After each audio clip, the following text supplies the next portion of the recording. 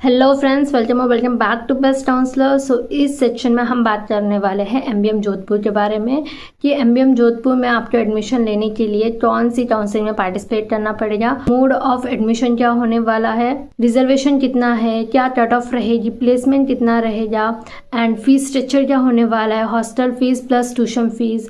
सो ये सारा टॉपिक हम इस एक वीडियो में डिस्कस करने वाले हैं। लेकिन इससे पहले अगर आपने अब तक हमारे चैनल को सब्सक्राइब नहीं किया है तो सब्सक्राइब कर लेना, और अगर आपको हमारी टीम से रिप काउंसलिंग सपोर्ट चाहिए तो उसकी लिस्ट स्क्रीन पे दिए गए QR कोड को स्कैन करके आप हमारा रिप काउंसलिंग सपोर्ट ज्वाइन कर सकते हो।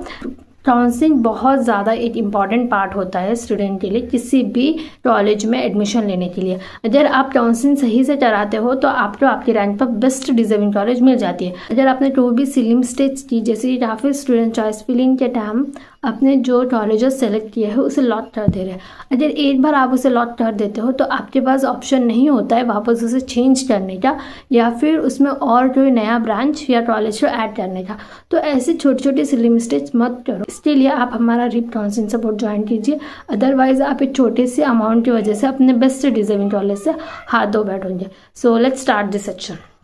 सबसे पहले हम बात करने वाले हैं इसके बेसिक इन्फॉर्मेशन। ये जोधपुर रातानाडा में लोकेटेड है। इसका कैंपस एरिया 98 एकर्स का है। अगर मैं कनेक्टिविटी की बात करूँ तो 6 kilometre away from airport and 3 kilometre from railway. Airport and railway दोनों भी काफ़ी नज़दीकी है क्योंकि ये मेन सिटी के अंदर लोकेटेड है। एंड ईयर ऑफ एस्टेब्लिशमेंट की बात करूँ तो 1951 में इसे एस्टेब्लिश किया गया था। और एक बात, राजस्थान में जितने भी स्टेट गवर्नमेंट इंजीनियरिंग कॉलेजेस है एमबीएम उन सबसे बेस्ट है, यानी कि नंबर 1 पे है एमबीएम। एंड अगर मैं मोड ऑफ एग्जामिनेशन की बात करूँ तो इसके लिए आपको रिप काउंसलिंग में पार्टिसिपेट करना होगा, जो कि है राजस्थान इंजीनियरिंग एडमिशन प्रोसेस। इसमें आप एडमिशन 12 के परसेंटेज या जेईई मेंस बेसिस पे ले सकते हो। एंड रिजर्वेशन की बात की जाए तो 15% आउटसाइड राजस्थान स्टूडेंट्स के लिए है एंड 85% सीट से वो राजस्थान डोमिसाइल के लिए है। एंड हाँ, इसमें 2 टाइप के सीट होते हैं। जैसे फर्स्ट होता है FSF यानी सेल्फ फाइनेंशियल सचमी सीट्स। तो ये जो सीट्स होती है इनकी फीस थोड़ी ज़्यादा होती है। सो आप देख सकते हो इस कैटेगरी में कौन सी ब्रांचेस है एंड हर एक ब्रांच की कितनी सीट्स है। जैसे artificial intelligence and data science, building and construction technology, electronics and communication engineering, electronics and electric engineering and information technology, ये सारी आपकी जो ब्रांचेस है वो SFF में आती है। एंड नेक्स्ट है गैस यानी गवर्नमेंट एडेड सचमेट। ये सीट्स आपकी गवर्नमेंट फंडेड होती है, इनकी फीस थोड़ी कम देखने को मिलती है। इसमें आप देख सकते हो कितनी सीटें आपकी हर एक ब्रांच में। जैसे केमिकल इंजीनियरिंग में 30 सीट्स है, सिविल इंजीनियरिंग में 120, कंप्यूटर साइंस एंड इंजीनियरिंग में 60 सीट्स है, इलेक्ट्रिक इंजीनियरिंग में 80, इलेक्ट्रिक एंड कम्युनिकेशन इंजीनियरिंग में 60, मैकेनिकल इंजीनियरिंग में 60, माइनिंग में 60, पेट्रोलियम इंजीनियरिंग में 16, प्रोडक्शन एंड इंडस्ट्रियल इंजीनियरिंग में 30। ये जो मतलब रिप काउंसलिंग के बाद भी अगर इसमें कोई सीट्स बच जाती है, जो मोस्ट ऑफ पीछे की ब्रांचेस होती है जैसे माइनिंग हो गया, पेट्रोलियम हो गया, फिर स्पॉट राउंड के थ्रू उन सीट्स को फिल किया जाता है, तो आपको इसमें काफ़ी पीछे परसेंटाइल पर भी एडमिशन मिल जाता है। एंड नेक्स्ट अगेन मैंने आपको पहले ही बता दिया, जो SFS सीट की फीस होती है वो ज़्यादा होती है as compared to gas seat, जो गवर्नमेंट फंडेड सीट होती है। And one more thing, SFS seat जो है वो अदर स्टेट के लिए रिजर्व्ड होती है, लेकिन जो गैस सीट्स है वो ओनली होम स्टेट स्टूडेंट्स के लिए ही होती है। यानी अगर आप अदर स्टेट से हो एंड आप एमबीएम जोधपुर से कंप्यूटर साइंस करना चाहते हो तो आपके लिए वो ऑप्शन नहीं है, क्योंकि ये जो कंप्यूटर साइंस ब्रांच है वो गैस की कैटेगरी में आता है। तो कंप्यूटर साइंस की जितनी भी ब्रांचेस है वो सारी गवर्नमेंट फंडेड है और उसके लिए अदर स्टूडेंट्स एलिजिबल नहीं है। तो आप जो SFS में ब्रांचेस है आप उसके लिए ही अप्लाई कर सकते हो अगर आप अदर स्टेट से हो। बाकी होम स्टेट में कोई लोचा है ही नहीं। नेक्स्ट फीस स्ट्रक्चर मैंने सारा स्क्रीन पे मेंशन कर दिया है। हर एक ब्रांच की वो ब्रांच किस कैटेगरी में आती है एंड कैटेगरी वाइज सभी मैंने यहाँ मेंशन कर दिया है, आप देख सकते हो। एंड अगर हॉस्टल की बात की जाए तो इसमें एमबीएम जोधपुर में टोटल 10 हॉस्टल्स है, जिसमें से 7 जो हॉस्टल्स है, 10 हॉस्टल्स है मतलब 10 हॉस्टल्स की बिल्डिंग्स है। एंड इसमें जो 7 हॉस्टल्स की बिल्डिंग है वो बॉयज़ के लिए है एंड 3 गर्ल्स के लिए है। एंड नेक्स्ट हम बात करने वाले हैं मोस्ट इम्पॉर्टेंट कट ऑफ क्या होने वाला है। जैसे कि यहाँ पर मैंने सारा जो कट ऑफ है वो परसेंटाइल में मेंशन किया है, जेईई मेंस की परसेंटाइल। सो सबसे ज़्यादा जो कट ऑफ जाती है वो है कंप्यूटर साइंस इंजीनियरिंग की।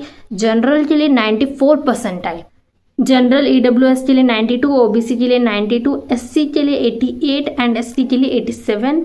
एंड माइनिंग की बात की जाए तो माइनिंग में जनरल के लिए 92, 18 जनरल के लिए 92, जनरल EWS के लिए 89, OBC के लिए 88, SC के लिए 85, ST के लिए 83। And artificial intelligence and data science के लिए जनरल की कट ऑफ रही है 92, जनरल EWS के लिए 89, OBC के लिए 89, SC के लिए 86, ST के लिए 85। एंड IT इंफॉर्मेशन टेक्नोलॉजी के लिए जनरल की कट ऑफ रही है 90 परसेंटाइल, जनरल EWS के लिए 88, OBC के लिए 88, SC के लिए 80 एंड ST के लिए 78। ECE ब्रांच के लिए जनरल की कट ऑफ रही है 88 परसेंटाइल, जनरल EWS के लिए 85, OBC के लिए 86, SC के लिए 75, ST के लिए 75। मैकेनिकल ब्रांच के लिए जनरल कैटेगरी कट ऑफ रही है 78, EWS के लिए 88, OBC के लिए 89, SC के लिए 70 एंड ST के लिए 70। Next electronics and electric branch के लिए जनरल की कट ऑफ रही है 89 परसेंटाइल, EWS के लिए 88 एंड OBC के लिए 87, SC के लिए 72 एंड ST के लिए 72। BCT ब्रांच की कट ऑफ रही है जनरल के लिए 87, EWS के लिए 85, OBC के लिए 84, SC के लिए 60 एंड ST के लिए 60। तो ये हो जाए आपकी branch category wise cut off. So अब हम बात करने वाले हैं प्लेसमेंट्स के बारे में।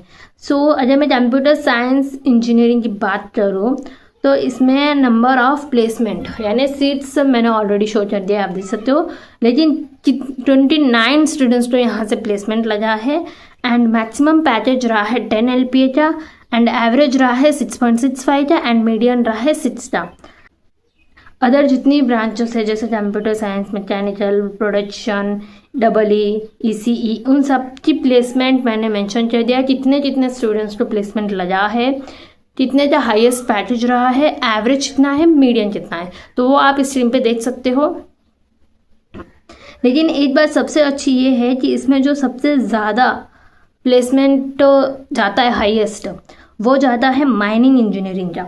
तो हम एक बार माइनिंग इंजीनियरिंग की भी बात कर लेते हैं। तो इसमें जो हाईएस्ट पैकेज लगा है 2024 में माइनिंग इंजीनियरिंग का वो है 16 LPA का, वो है 16 LPA का। एंड तो एवरेज हम देख सकते हैं 13.38 LPA का इसका पैकेज रहा है। एंड या so that's all about today section. अगर आपको MBM कॉलेज या रीप काउंसलिंग के रिगार्डिंग कोई भी डाउट है तो आप हमें कमेंट करके पूछ सकते हो।